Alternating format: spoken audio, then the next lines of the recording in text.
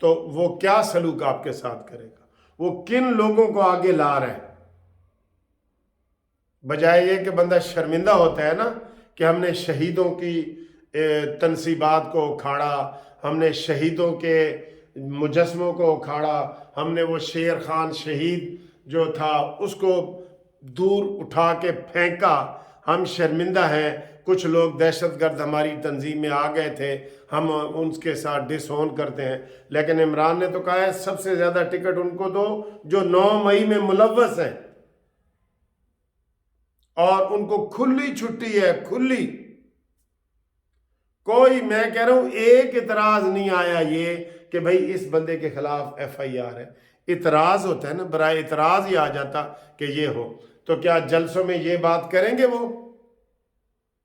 میں یہ کہہ رہا ہوں کہ نون لیگ ہمیشہ اپنے بیانیے سے پیچھے ہٹ رہی ہے، کیا وہ جلسوں میں یہ بات نعرہ لگائے گی جو میں دے رہا ہوں کہ اے پاک فوج کے شہیدوں، ہم شرمندہ ہیں، 9 مئی کے دہشت گرد زندہ ہیں؟ یہ نعرہ لگائے گی نون لیگ؟ پاک فوج، ہم شرمندہ ہیں، 9 مئی کے دہشت گرد زندہ ہیں۔ اور اس لیے میں چیف آف آرمی سٹاف سے یہ کہہ رہا ہوں کہ یہ جو ہے نا، یہ آگے اس کی پلاننگ اور زیادہ خراب آ رہی ہے، آپ جو سمجھ رہے ہیں۔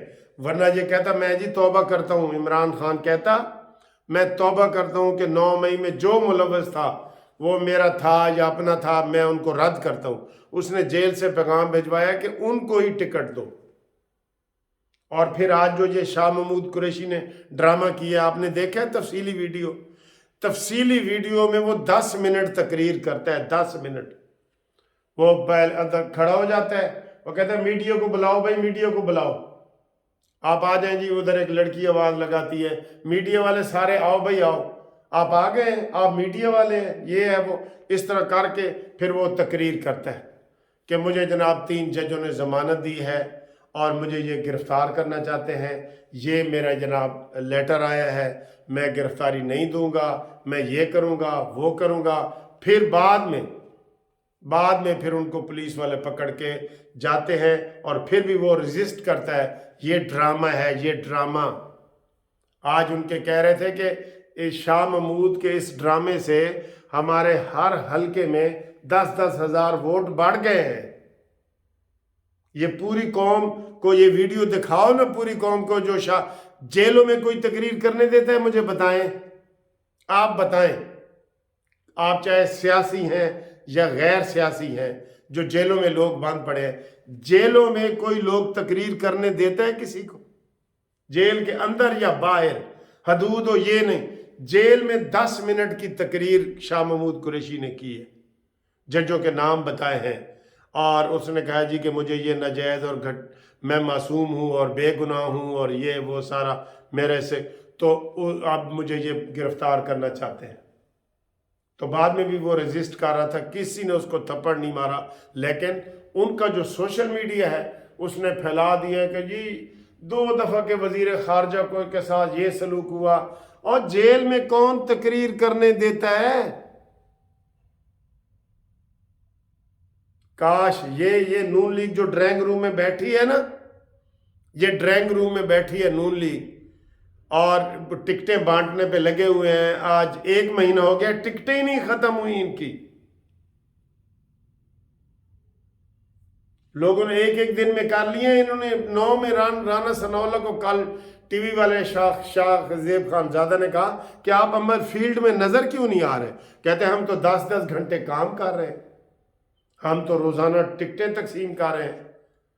واہ جی واہ، کیا بات ہے، کیا جواب دیا رانا ثناءاللہ تو نے، نہ کوئی اشتہار، نہ کچھ، نہ یہ دوسروں کے، وہ کہہ رہے ہیں کہ جناب یہ خود ہی عمران نے اپنے پاؤں پہ کلہاڑی ماری ہے، تو یہ ہے وہ، اور وہ مظلوم بن کے جو دہشت گرد عمران، میں کھلے عام کہہ رہا ہوں، عمران دہشت گرد ہے، اس نے دہشت گرد رکھے ہوئے ہیں۔ اس نے زمان پارک میں پہلے گلگت بلتستان کی پولیس کے ساتھ گنوں کے ساتھ مقابلہ کیا ہے، پولیس کا 2 دن مقابلہ ہوتا رہا ہے، اور اس کے بعد اس نے 9 مئی کا حملہ کروایا ہے. یہ پوری فوج کو ٹیک اوور کرنا چاہتا تھا اور اس کے مقابلے میں یہ کہہ رہے ہیں وہ خود بخود ہی اپنے سے گرے گا. جی ٹھیک ہے، پھر ٹھیک ہے، گرے گا تو گرے گا، ٹھیک ہے، پھر ہم کیا کہہ سکتے ہیں.